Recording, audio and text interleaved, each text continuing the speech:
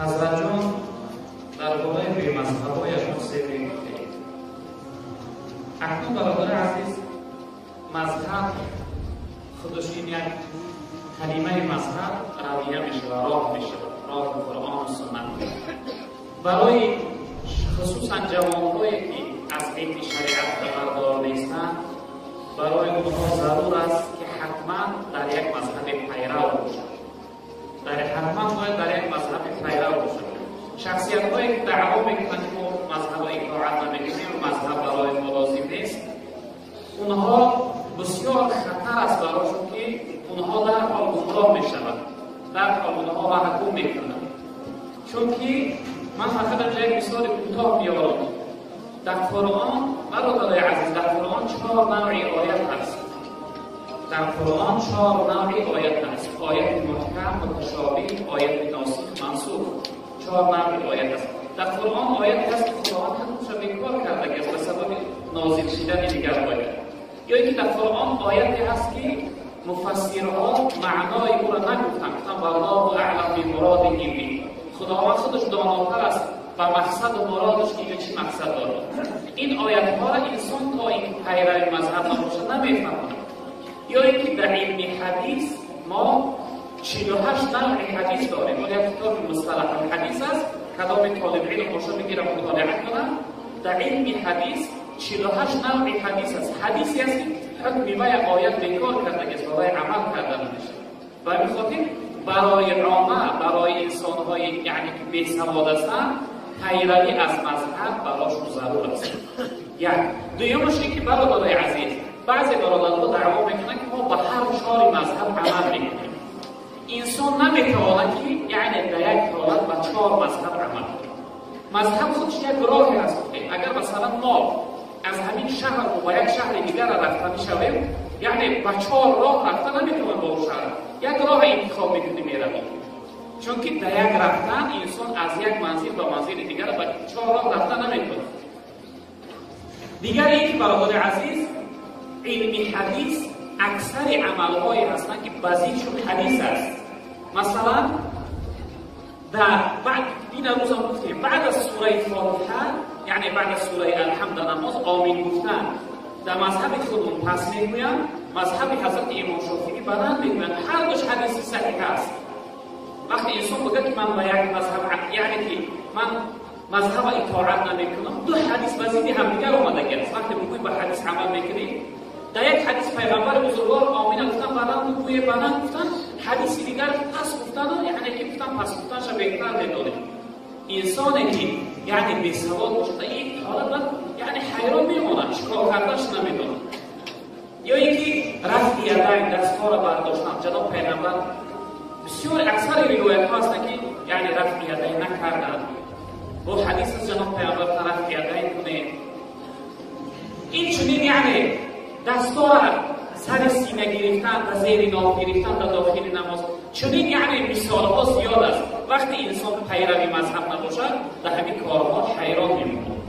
انسان هایی که میگویند که ما پیروی از مذهب نمیکنیم، اونها را در عقیده خودمون اهل هوا میگویند، اهل خواهششون هر چیزی را که قبول کرد اونا قبول میکنن، عمل میکنن. خواهششون چیزی را که قبول نکرد اونا چیکار میکنن؟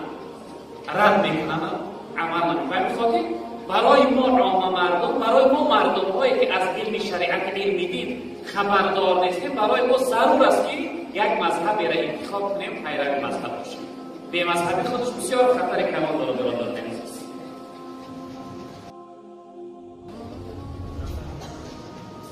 نمازی که میخوانیم در خانه از آن گفتن شرط است و در نماز قضایی از آن گفتن در کار است. البته در نمازی که در خانه خونده میشود برای او هم از آن گفتن یعنی که شرط وقتی ما شرط نیست، چون که از آن قامت سنت هستند. وقتی ما شرط میگوییم، شرط این خودش دلالت برای واجب دارد.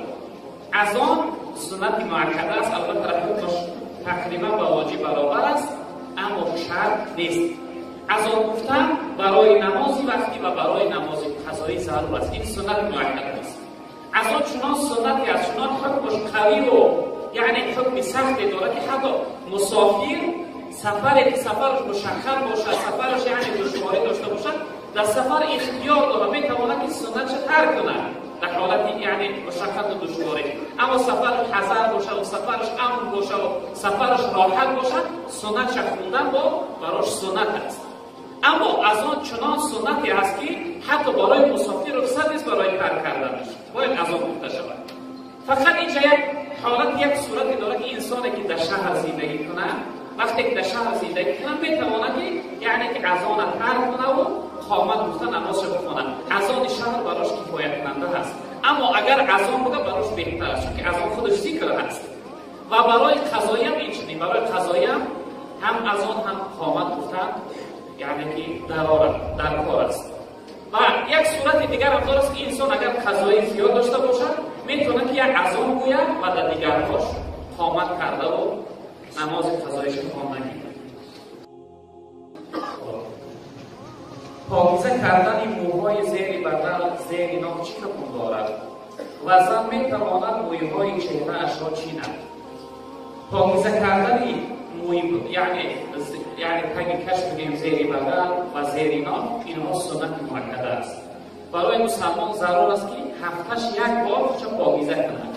از موی لب سر کردن، ولی بعضی برادران موهای لب رو بچه‌ها دراز میشن که یعنی از این لب به سوی دهان میدونن. چنین موی لب دراز شد یعنی طعام خوردن در این موی لب حرام است، یعنی اکثر فقها گفتن.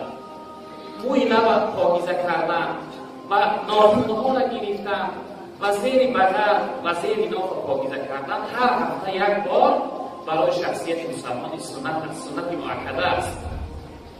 جامعه‌های گذشته برادرها سوال دادن که آیا فرزند میتونه که پدر و مادرش زیر یعنی نافش پاکیزه کنن؟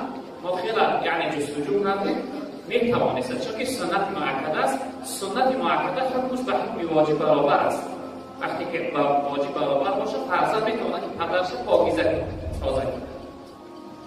و زنها موهایی که یعنی در چهرهشون میبراید غیر از کاشهاشون، موهای چهرهشون رو مثلا مثل ریش برین یا اینکه موی لب برین، اگر مو برابر اکثر علما میگن که براشون مستحب است، براشون یعنی ضرور و بهتر است که موی چهرهش چینه یعنی چه زینت که پاکیزه کنه برای شوهرش. هرچند زن یعنی زیبا باشه، هرچند زن چهرهش پاکیزه و یعنی زیبا باشه، در شوهرش هم قدر محبوب و دوستدار باشه. ولی خاطر یعنی که بهتر است که موهای چهرهش براشون درست است، اما خاشاش براشون درست است. چیندن خاش برای زنها حرام است. دامناجان دامناجان یک دعا در حق اینها برادران بی فرزند، خداوند بزرگوار برادر عزیز ما را تمام بی فرزند دارد، براشون فرزند صالح نصیب بگرداند. السلام علیکم دوستان عزیز، می‌خواستم به همین سوال من جواب دهید. در وقت نیت کردن نماز اعوذ بالله من الشیطان الرجیم بسم الله الرحمن الرحیم را پیش از سبحانک اللهم باید گفت یا اینکه بعد از سبحانک اللهم خواندن؟ وقتی که انسان خالص الله اکبر گفت در حال سبحانک اللهم میخونه، بعد از اون اعوذ بالله بسم الله میگه. اعوذ بالله بسم الله خودش برای قرائت است، برای خواندن سوره الحمد است، برای سوره فاتحه است. بعد از سبحانک اللهم ابتدا سبحانک اللهم میخونه، در حالت الله اکبر که تکبیر تقریبا ابتدا سبحانک اللهم میخونه، بعد از اون اعوذ بالله بسم الله میگه سوره فاتحه است. چیندن یا این تراشیدن این موی دست و پای جایز است.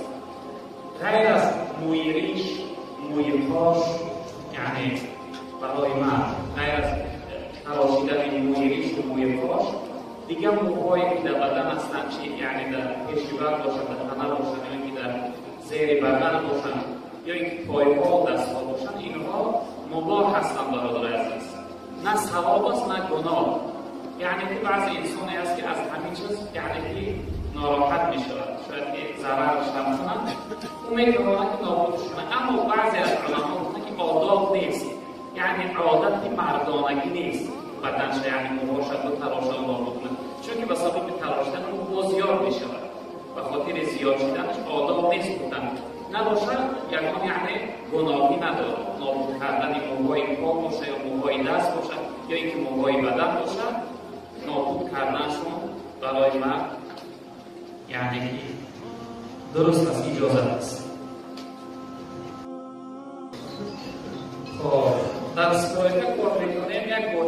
یک خانه داریم پر از آب است، پر از آب تازه میباشد. بسیار آدم‌ها دستایشان را در آب باشکه یعنی در درون باشکه میشویند. از همین آب طهارت کردن درست است یا نه؟ البته وقتی اگر دستاشون ترد باشن و ناپاک باشن، دستا را شستن آب اگر مزه نایابگی را گرفت و مزه آب شبون کرد، در آب طهارت کرده نمیشه، چون که اون آب مستعمل حساب میکنه آب استفاده برده شده و آب استفاده برده شده دوباره طهارت کرده میشه. چی خوب میشه شما مصلحت به یک جای آب گیرن، یعنی در بیرون دستاشون هم چون برای طهارت آب پاکیزه ضرور لازم است. خب مردم به امام اقتدا میکنند. آیا امام به چی اقتدا میکنند؟ امام به هیچ اقتدا نمیکنه برادر. امام است که پناهگزار خالصانه که الله اکبر میگوید. وقتی که امام اقتدا کنه مقتدی میشود. وقتی که مقتدی شید و مقتدی اقتدا کردن درست نیست. از روی یعنی ثواب شاید منظور این برادر این باشه که بعضی برادرها میگن که امام باید بگه که اقتدا کرده به قرآن مجید. این قول در بین مردم یعنی که هست بعضی ها میگن این قول است. الحمدلله ما همه اقتدا با قرآن داریم، ما همه پیرو قرآن هستیم، اما امام گفتنش که در یک کتاب اومده است، یک روایت در عبارت است که امام باید اقتدا با چی کنه؟ با قرآن مجید کنه. یعنی شرط نیست اقتدا کردنش با چیزی